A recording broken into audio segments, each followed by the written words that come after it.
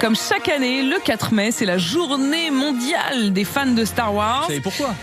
Eh ben non. 4 mai, en anglais, c'est May the 4th, Ouais. qui ressemble beaucoup à May the Force, que la force Oh soit là avec là, vous. que la force soit avec un vous. jeu de Mais vous mots savez, tiré je par les peux cheveux, vous quand même, avouer, hein. je peux vous avouer quelque chose. Quoi? Mais jamais vu. Jamais. Oh non, mais arrêtez là. Non, mais je sors. Non, mais c'est pas possible. Pour fêter la réouverture des salles le 19 mai prochain, tapis rouge pour Michel Larocque. Bonsoir Laurent. Donc, ça va bien, merci. Dans quel état d'esprit tu es ce soir? Je suis toujours émue quand je suis à Cannes et sur ce tapis rouge et avec Pierre qui m'attend en haut des marches. Donc j'arrive Pierre. Applaudissements, mesdames et messieurs, pour Mohamed. Vous venez de recevoir, sans le savoir, une montre RTL. Alors ce sera la deuxième. Ah, je vous en ai déjà envoyé une. Ah, zut. Non, vous me l'avez pas envoyé, vous me l'avez promis, je l'ai pas eu.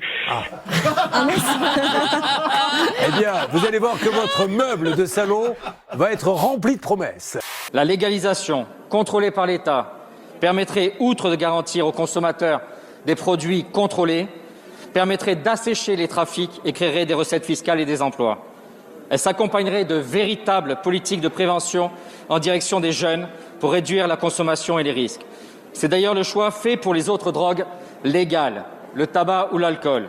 Vous ne pouvez pas ressentir d'effet quand vous prenez un cachet de Codoliprane. Moi j'ai pas compris ce délire. C'est quand même incroyable. Voilà. Alors, et je voulais vous demander.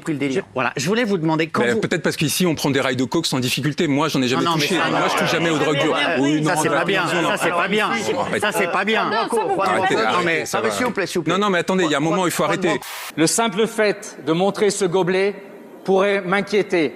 Je pourrais être inquiété pour montrer la légalisation du cannabis. S'il vous plaît. Le simple fait de sortir un joint Lambert. pourrait également créer des exploits. Monsieur Lambert, il est interdit par notre règlement Monsieur le ministre, brandir ce prêt type à un débat d'objet. sans l'instrumentaliser, rationnel, loin des émotions. D'abord, c'était un vrai joint que vous avez montré. Pas si c'est un vrai joint. Non, attendez. Ça ressemble à ça. C'est celui-ci. Oui, non mais s'il vous plaît. Pascal. Pourquoi tu parles comme ça de rails de coke? Mais pourquoi vous sentez visé? Jamais personne n'a pris de la coke. Ah bon? Personne ne prend des drogues dures dans le monde de la télévision, dans le milieu? Chez nous, non.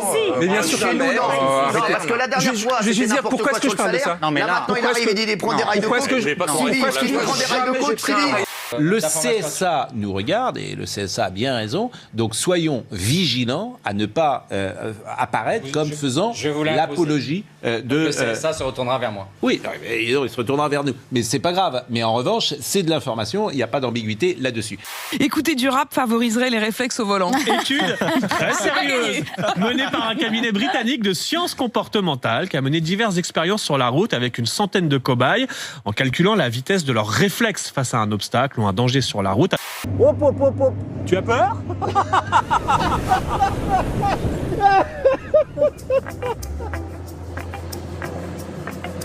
C'est quoi cette voiture? C'est une voiture qui sait nager. On a fait conduire les cobayes en leur faisant écouter du rock, de la techno, du rap, du jazz, de la musique classique. Résultat, c'est le rap qui favoriserait la concentration. Les conducteurs qui roulaient avec du rap à fond ont freiné en moyenne 16 mètres plus tôt que les autres face à un danger. Il faut savoir que JP fait du triathlon et il tient beaucoup à son vélo. Il dormait avec la nuit avant que je n'arrive dans sa vie. Attendez. Attendez, il dormait de quel côté le vélo dans le lit? Il dormait à droite de lui. D'accord. Oui, il dormait avec son vélo.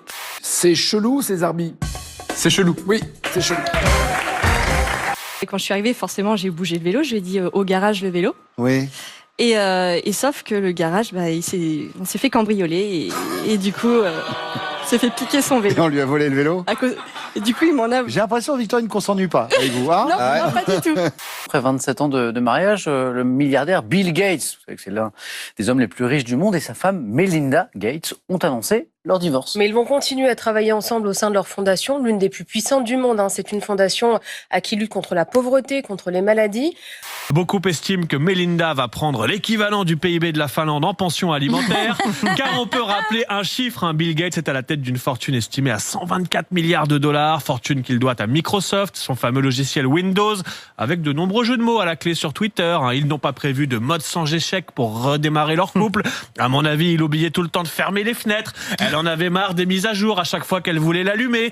Et en attendant le soleil de fin de semaine, bah regardez, on l'a là sur le plateau de Télématin. Le soleil, Laurent Bignona. Ça va, Laurent? Ouais, ça va, et vous? Ben, très très bien. Je vais presque mettre mes lunettes de soleil pour pas me faire éblouir. Voilà ce que je dis. Vous êtes éblouissant, très cher. Alors, qu'est-ce que tu mets dans ton fion? Alors, moi, je fais des fions individuels. Ouais, c'est vrai que... Alors, donc du coup, toi, t'as mis quoi? Alors, moi, je l'aromatise aux fraises et au citron. Bon, alors, qu'est-ce que t'as mis, alors? Alors, je mets des fraises. D'accord. Cyril est circonspect. Que viennent faire les fraises dans un fion? Il y a un petit détail que j'aime beaucoup. Ça, c'est la grande tendance en ce moment. Ah bah, vu sa tête, il faut croire que Christina est passée à côté de la tendance zip sur les fesses. Ouais, j'aime moins. Il y a un moment, je me suis dit, je vais me flinguer, quoi. Oui, c'est vrai. Ah, vraiment? Ouais, Oui, quand j'étais à Lyon, d'ailleurs, Damien, que je remercie beaucoup, qui est mon directeur, Damien Lopez, Toi, t'as pensé à te flinguer? Oui, parce qu'il y a un moment, j'ai dit, mais qu'est-ce qu'ils me veulent? L'année dernière, c'était pour une histoire de photo. Là, c'est pour une histoire de dîner. Mais qu'est-ce que j'ai fait de mal? J'essaie de vivre, j'essaie de survivre. Dans la nature, Kiki n'aurait fait qu'une bouchée de Zoulou. Mais ici, ils sont devenus complices. Kiki s'est même mise à l'imiter. Voici le résultat. Kiki se tient debout comme son meilleur ami, droite comme un i. L'un sans l'autre, voilà, on n'est rien. Bon, on fait tout à deux. Pas tout. Une amitié hors du commun qui a ses limites. Les deux compères sont désormais en froid. Plus aucun regard.